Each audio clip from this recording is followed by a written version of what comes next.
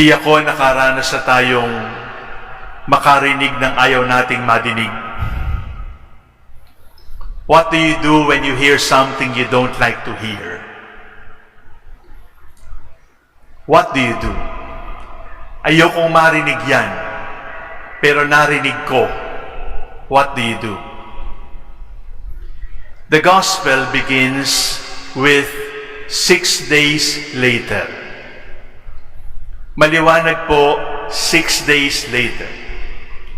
So, why is it important to say 6 days later? What happened 6 days earlier? 6 days earlier, sabi ng Panginoon, who do people say that I am? And they said, Elijah, Jeremiah, or one of the prophets. And then the Lord said, who do you say that I am? And then Peter said, you are Christ, the Son of God. Pagkatapos, nagbitaw ang Panginoon. Tandaan ninyo, ang anak ng tao ay pahihirapan, papatayin, at lakasan nyo ang inyong loob. They did not like to hear that. So what did Peter say? No.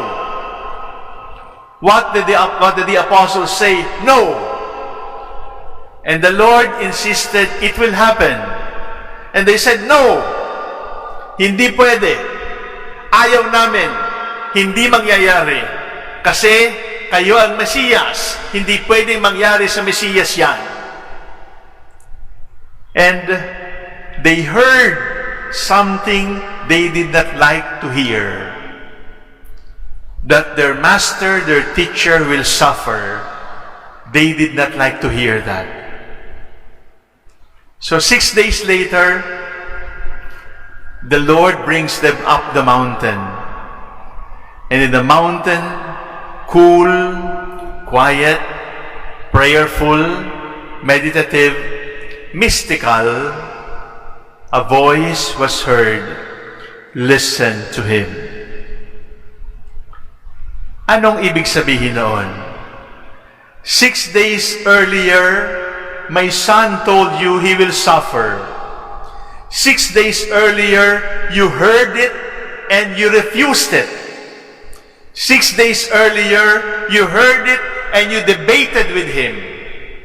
6 days earlier, you heard it and you refused to believe. Now, the Father says, listen to him.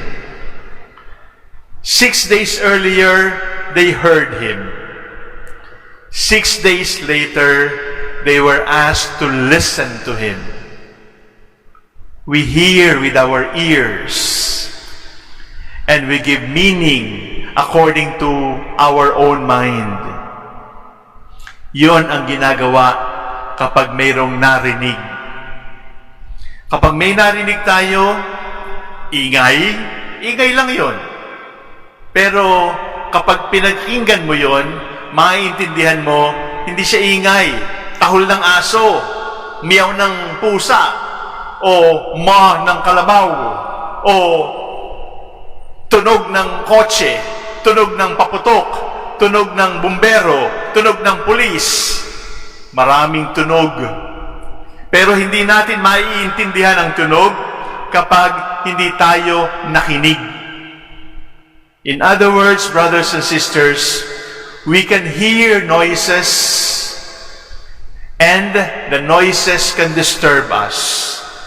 We can hear with our ears and our ears will tell our mind, this is what you heard, interpret it.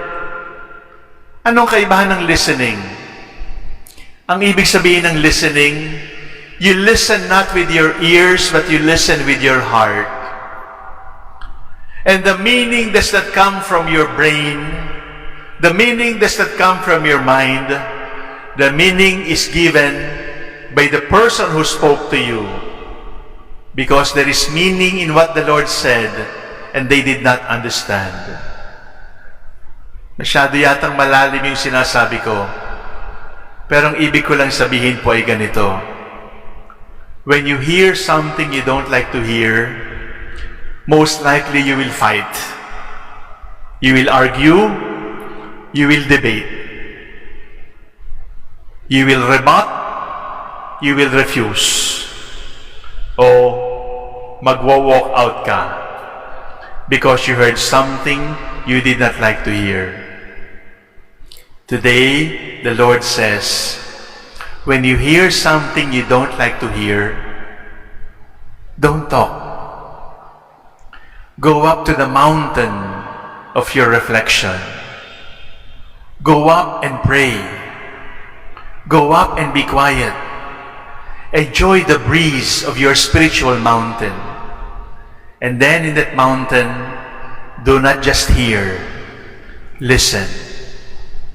And you know what? The Lord says, if you learn how to listen, you will see greater things than that. We must learn how to listen because listening is the way to love. Hindi natin pakikinggan kung hindi natin minamahal. We must learn how to listen because we receive faith by listening. If we cannot listen, we will not grow in faith.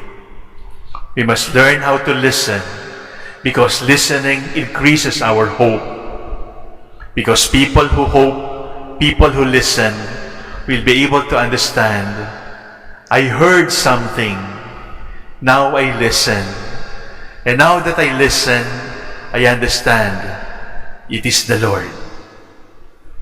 Brothers and sisters, pangalawang linggo pa lang po ng Kwaresma. Noong Miyerkules Santo, sabi ko sa inyo, dagdagan ang pasasalamat. Ngayong pangalawang linggo, payo ko sa inyo, dagdagan ang pakikinig. Maraming tunog, maraming salita. Sometimes you don't like to hear. But just stop. Keep quiet. Listen with your heart. And let your listening be your expression of love. Let your listening lead you to deeper faith. Let your listening increase your hope because the Lord is with us.